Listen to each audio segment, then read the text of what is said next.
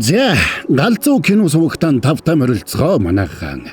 Та нарын маань амралтын өдөр нь сайхан өнгөрсөн үү? Та нарыгаа унтаж амархаас өмнө буруу нэг драм төрлийн киног ярьж өгье гэж бодлоо. Ямар кино ярихаар сонгосон бэ гэхээр 2020 онд нээлттэй хийсэн бас 2021 онд нээлттэй хийсэн буюу судлаад үзсэн чинь нэг 2 онд энэ 2021 онд нээлттэй хийсэн юм шиг байгаа. Нэг солонгос кино байна. Нэр нь Three Sisters. Солонгосын жирийн нэгэн ихчдүү гурвын аж амьдралын талаар өгүүлэх энэ драм төрлийн киног буруу ярьж өгөхөөр сонголоо. Тэгээд заримдаа бас нэг драм төрлийн киноч нэг гоё байдаг шүү дээ, тийм ээ. Үзэхэд ингээд арай жоох амьдралтай илүү ойрхон фантастик юм нэх байхгүй болохоор бас нэгийг бодуулж хоёрыг бас тунгаалгадаг шүү дээ. Тэгэхээр амралтын өдөр орой болохоор нэг амар халаан хідан тэгэл тулаан мулаан гисэнгүй. Тэгээд нэг ийм драм төрлийн кино сонирхоод үзье гэж бодлоо. За тэгээд та нарт маань таалагдана гэж найдаа. За тэгээд буруу энэ галзуу киног бүхэл үрийн амтд жигнэмэг Маквитистэй хамтран хүргэж байна. Галзуу гоё амттай Маквитис гэх энэ жигнэмэг биш та. Гэдсний гөрвөлзөх хөдөлгөөнийг сайжруулж хоол боловсруулах системийг дэмжих үйлчилгээтэй учраас таргалахгүй гэж байгаа. Кофе юм уу цайтай хослуулж хэрэглэхэд төгс тохирноо л гэж мэд. Манайхан тэгээд саба дараагүй бол саба, дардсан бол лайка дарахтал тэгэл болоо явчих байгаа юм. Нэр галзуу сэрээс сувгт маань галзуу суврлууд орсоор байгаа шүү манайхан. За тэгээд хэдүүлээ энэ галзуу киноны тайлбартаа орцгоё.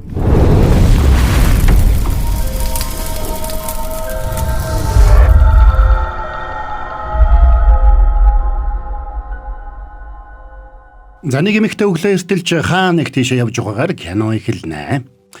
Эмэгтэйг хийсүг гэнэ. Киноны гол дүр болох ихчдүү гурвын том ихчин. Эмчид үзүүлэхээр явааны 8. Энэ үед нөгөө талд өөр нэг эмэгтэй дөнгөж басаад ширээн дээр үлдээсэн шүлэг дуртай дургууныг амсаж байгаа харагдана. Тэр бол ихчдүү гурвын хамгийн бага нь болох Миог. Тэр байнга бухимдалтай байдгаас гадна юу ч санаанд нь нээцдэг. Гэрээсээ гаралгүй бүгж угаад зохиол бичиж согттлоо сууж ууж өдрийг өнгөрүүлнэ. Хаа очиж нөхөр нь тэрнийг чадлаараа халамжилдаг. Харин ихчдүү гурвын дундхыг нь Мион гэнэ. Мион ихчдүү хоёроо бодох юм бол хамаагүй боломжийн амьдралтай. Тэр сүмийн найрал дууны удирдаачаар ажилладаг бол нөхөр нь ч нэлээд боломжийн ажил хийдэг чинэлгээл. Мион сүмийн үйл ажиллагаанд идэвхтэй оролцсон. Гэр бүлээ дээд зэргээр эмх цэгцтэй байлгах гэж бас хичээдэг нэгэн. Харин том ихч хийсүк нь яг эсэргээр жижигхэн цэцгийн дэлгүүр ажилуулдаг. Тэгээд нөхөр охин хоёроо хамт амьдардаг ч нөхрийнхөө ч охиныхоо ч үгнээс ерөөсөө гарч чаддаггүй ч. Хавдартай болсон гэдгээ саяхан мэдсэн ч нөхөр охин хоёртоо хэлэлгүй нуусан байлаа. Миог согтхороо байсхийгээд лунд ихч рүүгээ залгаад өөрийгөө хог новш хиндэж хэрэггүй гэж гомдолдог бол Мион аль болох дөвдөө ийдэг хандаж сэтгэлийг нь засахыг оролдоно. Тэр өдөр Миог олон жилийн өмнө Мионтой хамт нэг амттай хоолны газарт орсон ч ямар газар орсноо санахгүй байгаагаа хэлж тэр газрын нэрийг хэлж өг гэж шаналгасантай Мион ч сайн санахгүй байсан учраас тэгсхийгээд нэг маргацаагаад өнгөрөөдөг. Мионых саяхан үнтэй гоё шин байранд орсон учраас сүмийнхэн гишүүд пастрынхаа хамт тэдний дэрж баяр хүргэнэ. Тэгсэн нөхөр нь хоцорч ирэхдээ сургууль дээр таарлаа. Гисээр сүмийнхээ найрал дууны Хижон гэдэг охинтой хамт ирсэнд Мионд нэг л сэжигтэй санагдсан ч энийгээ ил гаргасангүй. Оройн сүмийнхэн гишүүд Хижоныг гинэт гоё бөгчтэй болчихсон байгааг гайхсан ч Хижон бантад тойм хэлэхгүй байлаа. Харин нөгөө талд дүү Миог нь өөрийнх нь зохиолоор жүжиг тоглож байгаа найруулагч найзтайгаа уулзаж байна. Нөхөр чинь гадаа юу хийж байгаа? Намайг л хүлээж байхгүй юу? Өөр юу хийх вэ? Чи ийм ногоочонтой гэрлээд амьдарсан болж байгаа юм да. Чамаас тийсүүрхэн бидтэй. Манай театрын бүгдээрээ л чамайг энэ хүний мөнгөнд нь болж гэрэлсэн гэж ярьцгааж инлээ. Миний амьдрал чамд хамаагүй. Битгий олон юм яриад. Харин нөгөө талд хавдраасаа болоод бие нөвдсөн хийсүк дэлгүүр дээрээ нөхрийгөө хүлээгээд сууж байлаа. Хамаг гэрлээ унтраацсан юу хийж байгаа? Тогоо хэмнэх гээд л чи ядаж нүүрэндээ будаг мудаг түрхчихээ л да. Эрэхтэн хүн шиг царай гаргах чадал. Би нүрээ буддаг штэ. Янз бүрийн тос түрхэд л бууддаг гин шүү. Худлаа яриа. Хэсэг хугацааны дараа тасартлаа уусан Миогийг нөхөр нь арай хин тэндээс дагуулад авч гарч байна. Харин нөгөө талд хийсүкийн нөхөр тэрнийг үгээр идэж дугтуутай мөнгө аваад тэндээс явж байлаа. Маргааш нь Мион сүмрүүгээ явах замдаа нөхрөөсөө тусгай лекц уншаад авсан мөнгөө юунд үрснийг нь асуусанд нөхөр нь бантаад нэг хэрэг гараад гэж хэлсэн ч тойм хэлж чадсангүй. Тэгсэн тэр өдөр сүм дээр нь дүү Миог нь ирчихсэн байсанд Мион бантаад бушуухан дагуулад сүмээсээ холдлоо. Яасан бэ ихчээ? Таны санаанд ирж явах чинь надаас ичээд байгаа юм уу? За тэгээд ойр дуулзаагүй эгчдүү хоёр хамтдаа хоол идэнгээ удахгүй болох гэж байгаа аавынхаа төрсөн өдрийг яаж тэмдэглэх талаар ярилццгаана. Бас том эгч нь тэр хоёроос мөнгө зээлж нөхөртөө өгöd байгаа ч зээлсэн мөнгөө ерөөсөө өгөхгүй байгаа талаар ам уралдан ярилццгаана. Гэхдээ л том эгчийг өрөвдөөд ах юм аа. Юу гэсэн үг вэ? Хин тэрнийг тийм арчаагүй амтантай гэрэл итгэх гэсэн. Тийм л дээ. Гэхдээ бидний дундаас хамгийн их зовсон нь том эгч үсттэй. Ингээд Мён дүүтэйгээ хоол идчихэд найрал дууны бэлтгэлдээ хоцорсхийгээд ирсэнд нөхөртөө хамт гэрт нь ирж байсан Хижон байхгүй байгааг мэдлээ. Тэгээд сэжиг төрсөн Мён сүмийнхээ оффист очтол нөхөр нь тэр Хижонтой нууцаар нэлуурч байгааг нь олоод харчихна. За тэгээд тэр өгч дуурч чадалгүй эргэж ирээд найрал дууны бэлтгэлээ дуусгадаг. Харин нөгөө талд том эгч Хисүк нь охиных нь найз залуугийн рок концерт болж байгаа жижигхэн зааланд ирлээ. Охин нь тэр залуутай байн утсаар ярьж ярих бүрдээ тэр залуу гуйж шалж ууралж хашгирч байдаг учраас Хисүк тэрнтэй уулзахаар шийдсэн нь тэр. Тэгээд залуугаас охинд нь үнэхээр сайн эсхийг асуусанд цаадах нь би ч сайн биш л дээ. Танай охин л миний хойноос гүгээд явдаг охтуудын нэг штэ. Гэсэнд санаа нь их зовж өмнө нь сөхрөөд суулаа. Эрхэм блад пуд та бол их сайн хүн. Моми маань сайн хүнтэй хамт байгаасаа гэж би хүсдэг. Намайг уучлаарай. Би шууд ингэж ярьж байгааг. Охин маань илүү сайн хүнтэй уулзраасаа гэж би бодоод. Тэрээрээ сэтгэлээр унсан Мён сүм дээрээ байдгаараа залбирч уйлж байлаа.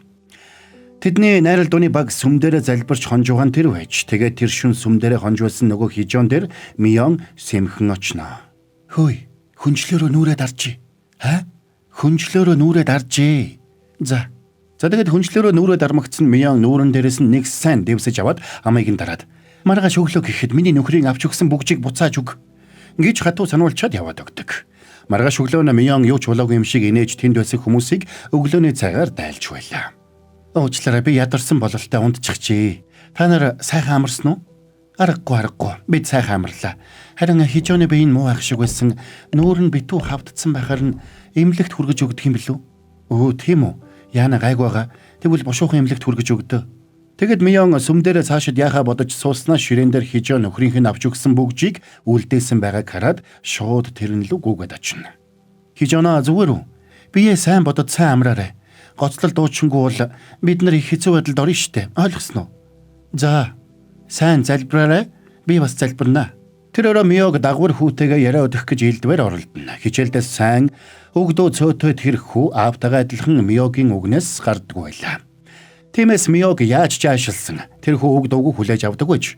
Тэгээд хүүг 0 орсон хойгуур тэр утсыг нь үзээд хүү төрсөн ээжтэйгээ байнга мессежээр харилцдаг болохыг олж мэдээд урам нь хугарлаа. Харин нөгөө талд бухимдлаа нууж чадахгүй байсан Мён хүүхдүүддээ уураа гаргаж хоолны үеэр залбирахгүй байх гэж баг охиноо загнасанд учрыг нь ойлгоогүй нөхөр нь хүүхдүүдээ өмөрж тэрнтэй муудалцсан.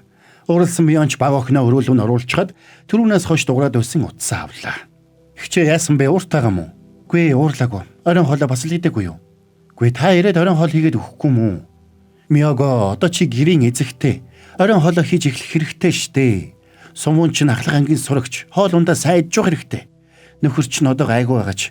Явандаа бол ууралж эхлэн шүү.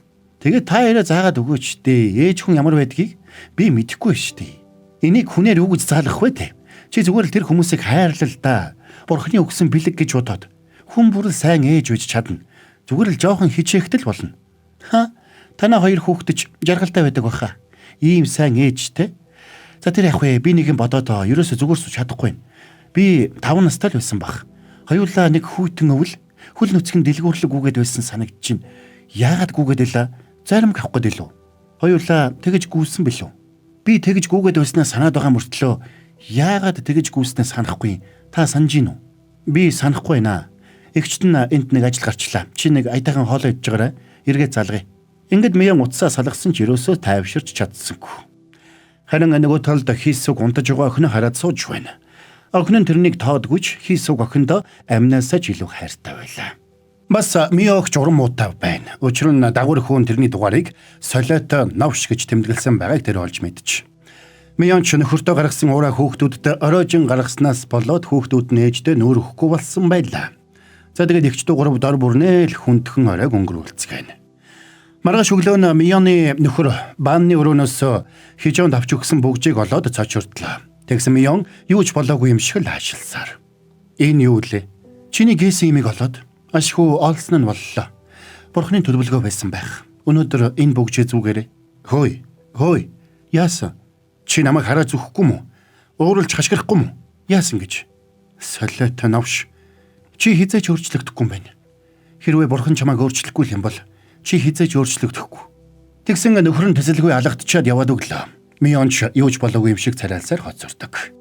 Тэгэд сүмдээ очиод бас л юуч болоогүй юм шиг л найрал дуучтай удирдана.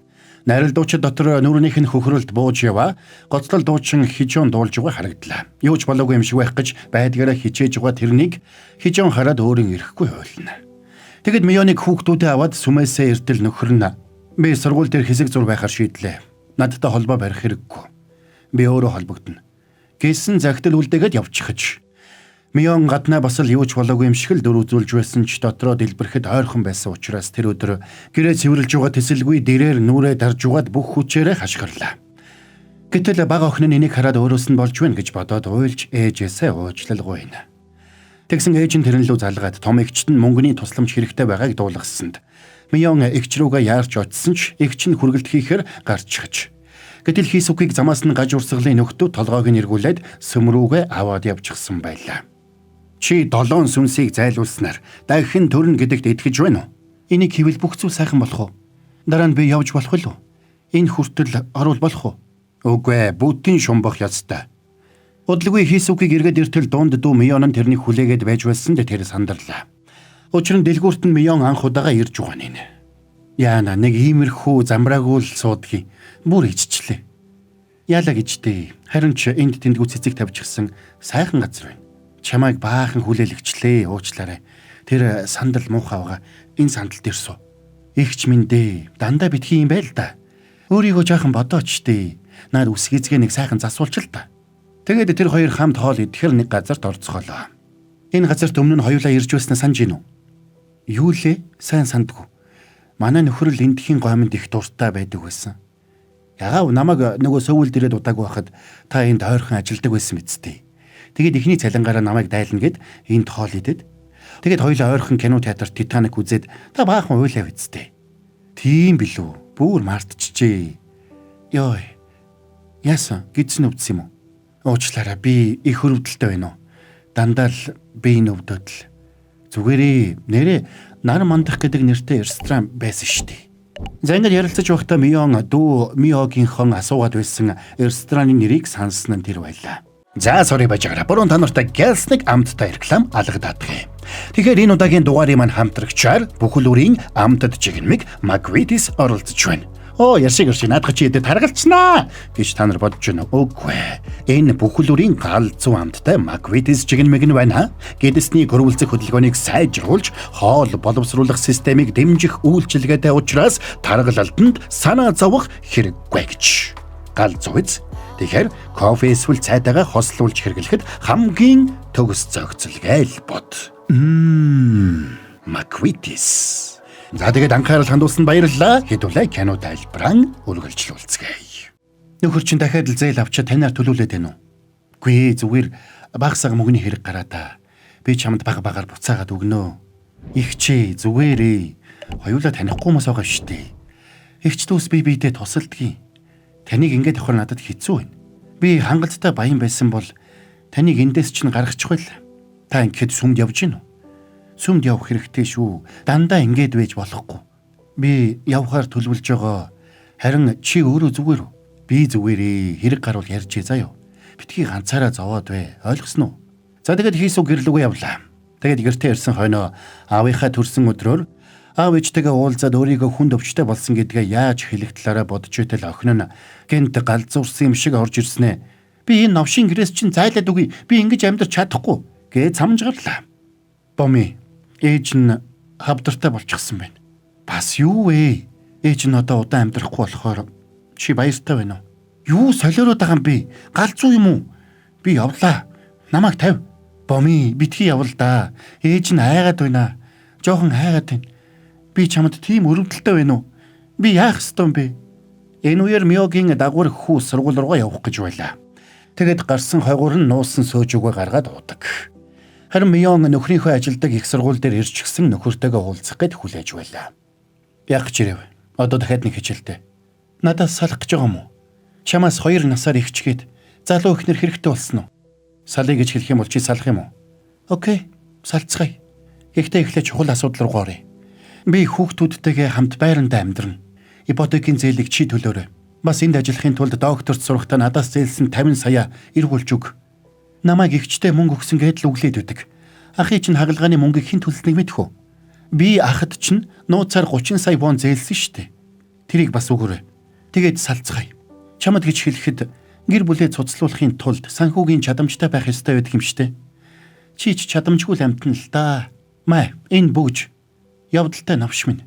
Ядаж хүүхдүүд рүүгээ өдөртөө нэг залгачж байгаарай. Энэ үеэр сөөжүүндээ халсан Миёг дагвар хүүгийнхээ сургуулийн сэтгэл зүйчтэй уулзаж зөвлөгөө авахар ирж байна. Тэрнийг ирэхэд дагвар хүүгийнхэн төрсэн ээж сэтгэл зүйчтэй уулзаад сууж байлаа. Тэрнийг ирсэнд ээж нь бантаад уулзалтаа дуусгасанд сэтгэл зүйч дараагийн эцэг эхтэй уулзахар болдог. Уучлаарай, би бас зөвлөгөө авмаар байна штэ. Уучлаарай, сая сумвууны төрсэн ээж нь ирээд зөвлөгөө авчлаа. Одоо дараагийн эцэг эхтэй уулзах цаг болчлоо. Би ч бас сумвууны ээж штэ. Би ч бас сайн ээж баймаар л байна штэ. Надад зөвлөгөө өгчөөч штэ. Зөвлөгч завгүй гэж байна. Хоёулаа гарыг. Тэгээд чи сургууль дээр ингээд архи өнөртүүлээд ирээд байж болохгүй штэ. Али гарья. Би ч бас ээж штэ. Би бас сайн ээж баймаар байна. Чи ээж биш. Чамд тэгж хэлэх хэрэгч байхгүй. Тэгвэл чи тийм хэрэгтэй юм уу? Новш минь. За тэгээд ууралсан Миёгийг хашгирахад сургуулийн ажилтнууд сандарч тэрнийг бушуухан сургуулиас гаргах гэсэнд тэр тэсэлгүй тэнд нь бөөлжчихнэ. Сургуулийн ариун цэврийн өрөөнд нүрээ угаагаа зогсож байхдаа тэр чин сэтгэлээсээ гашуудаж уйллаа. Тэгээд сургуулийн гадаа хэсэг зогсож байснаа нэгийг санав бололтой гүйгээд явна. Оройн сумууны гэртээ ирэхэд аав нь утсыг нь аваад Миёгийн нэрийг солиотой новш гэж тэмдэглэсэн байгааг хараад уурлаж хүүгээ зохиод авсан дууралсан Миёг үсэрч ирээд нөхрөө толгой төрөөгүй зодлоо. Тэгээд аав хүү хоёрыг ширээнд суулгаж угаад өөрийнхөө чадан ядан хийсэн хоолоороо дайлнаа. Өнөөдрөөс эхлээд би дандаа оройн хоол хийнэ. Өглөөний цаг бас боломжоор бэлдэнэ. Харин сумууныг зодож болохгүй. Зодох юм бол тэр өдрөө чи өгөх бол ойлгов уу? Одоо идцгээ. Шүл хэрвэн. Амттай байна. Тэгэлгүй дээ. Би хоол хийдгүү ч гэсэн нэг хийх юм бол галзуу хийн штт.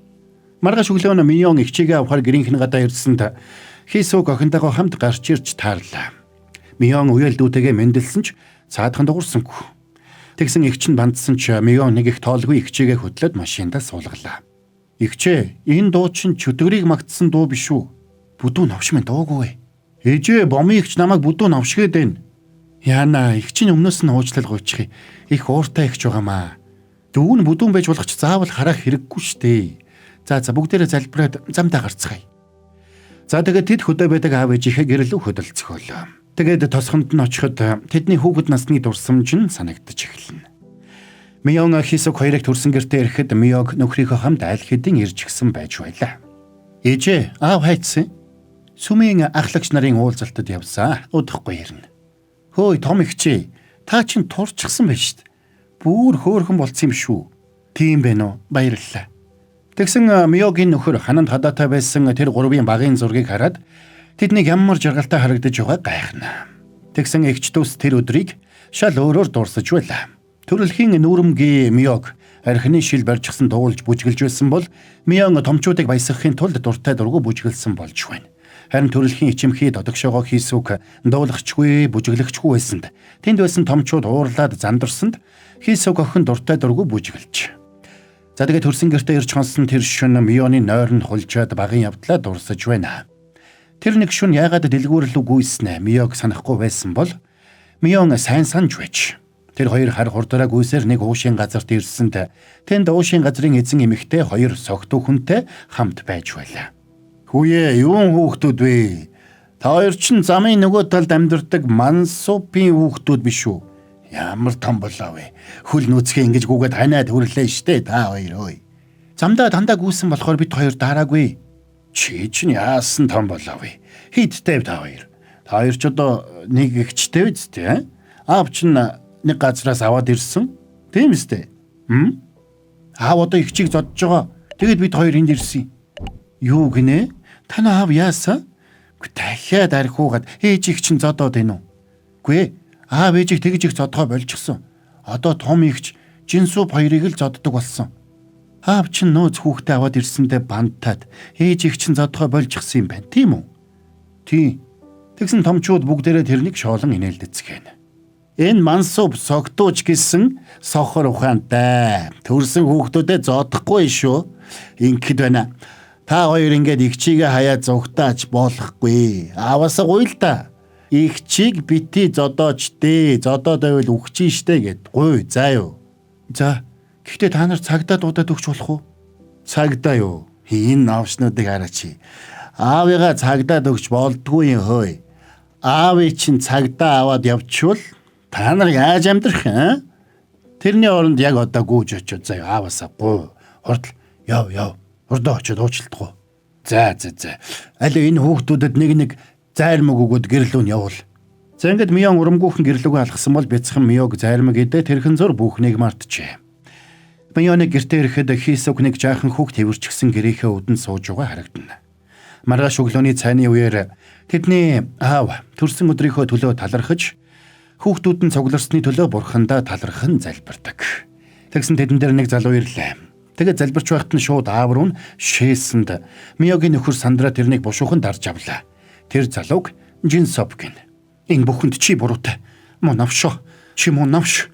Чамаас болж миний амьдрал сүрсэн. Жо мансуув мөн навшоо. Тэрээр Мионыг ирэхэд аав нь Жинсоп хүүгийн биеийг улаан ирээн болтол нь оруулсан байсан бол Хисукийн нүр бүхэлдээ хөхнэц болсон байжээ. Ингээд Жинсопыг Миогийн нөхөртэй ноцолдож байтал Мион ирээд Жинсопыг тавьж болно гэж хэлдэг. Жон Жинсоп чи яаж байгаа? Жинсопыг битгий зодоо энэ бүхэнд би л буруутай. Игчээ өөрийгөө буруутгахаа болооч дээ. Та ямар ч буруугүй. Битгий уучлах байгаад ойлгов. За ойлголоо. Намайг уучлаарай. Би л гэж нэг бүтлэхгүй амтан. Жинсоп маань өвчтөйгөө болохоор уучлалчгаа. Та зүгээр наанаасаа холдоотхоо. Халин холдооч дээ. Болоод өгөөч дээ. Та хоёр. Чи одоо наад архиа бол. Хангалттай их уула. Та одоо хин? Энэ гэрийн босс уу? Нөхрөө чаятайхан халамжлаад явж чадахгүй салах гэж ээж. Одоо энд бүх хүмүүсийг бити дарамтлаад бай. Наад харц чинь биднийг зоддог байх үеийн аавын нүд шиг харагдаад байна. Тэгсэн Мион уурлаад Миогтой барьцалдаж авсанд аав нь орж чангаар хашгираад тэднийг болиуллаа. Уучлаарай пастор. Ёстой эвгүй зүйл боллоо. Манай энэ хүүхдүүд гэж нэг ёс мэдэхгүй нөхдүүд. Аава, та уучлалгүй. Гэхдээ пастроосаа биш надаас. Биднээс уучлалгүй. Жинсопос, том ихчээс биднээс уучлалгүй. Гэртээ очиод ярилццгаая. Дараа бишээ. Яг одоо.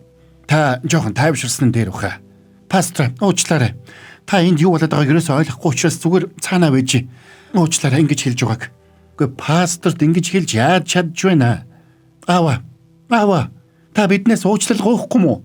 Миона, чи яагаад ээжигээ ингэж зовоогоод байгаа юм бэ? Намайг өхүүлэх гээ юу? Ээж, та зүгээр бай.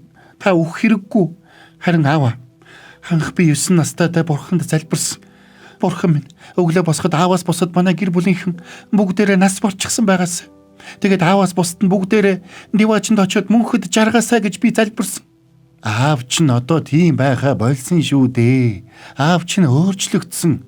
Тэгсэн тэнд байсан бүгдээрээ уйлцгаана. Йоо, энэ томчуудад уучлал гуйхад яагаад тийм хэцүү байд юм бэ? Өвөө, та одоо уучлал гуйчаач дээ. Ээж хавдартай болсон. Хизээ мэдгүй өгөх гэж байгаа. Бомми ингэж ярьж болохгүй. Дуугүй. Игчээ, үний юм уу? Ямар хавдрын? Юу болсон? Хэлээч дээ. Би удахгүй эмчилгээ хийлэгч нэ. Орчин үед хавдраар хүн өгөхөө болсон гэсэн штэ.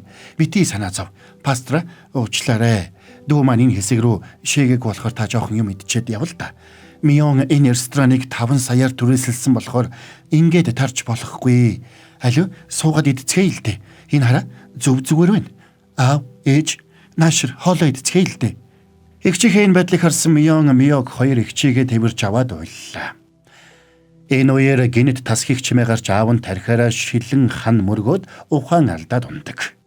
Хэсэг хугацааны дараа тэд эмнэлэг дээр иржээ. Тэд баг дүү Жинсопо эмнэлэгт авчирч. Чи хөөе, царайлаг байлаагээд эндхийн совлогч нарыг эргүүлээд байж болохгүй штэ. Золиг минь. Миний дүү эмчилгээгээ сайн хийлгээд сайн амраад аваарай. Миний ихчээ, эмчилгээгээ сайн хийлгээрэй. Орчин үед хавдрыг эмчилдэг болсон шүү. Тэгэд тэд машинтайгаа хөдөлж нэг газрыг хайлаа. Хүүхэд байхдаа ирж байсан далайн ирэг дээрээ тэгэд ирцгэнэ. Тэр газар Мионы Миогтой хамт хоол идэж байсан газар байж. Тэгсэн тэр газар нь хаагдсан байсан учраас хамтдаа сууж ууж далайн ирэг дээр хэсэг сууцгаана. Таач яг аавын занг авчихсан байх л шүү. Уурлаад л зодчих гэдэл. Би ч яах вэ? Аав харин тэр халдсан духан дээр амар том соривтой олчлоо доо. Хоёроо надад нэг гуйлт байна. Гуруула энд нэг сайхан зураг авах идэх үү? Хожим нь дурсгалтай штэ. За тэгээд эгчтөө гурав хамтдаа зураг авахуллаа. Учир нь тэр гуравт багийн тэр нэг зургаас өөр гурвуулаа авахулсан зураг байдгүй ч. Ингээд эгчтөө гурав бибидээ санаа тавьж байхаар шийдэцгээж бибидээ урам өгч хамтдаа өдрийг жаргалтай өнгөрүүлснээр кино маань конец фильма.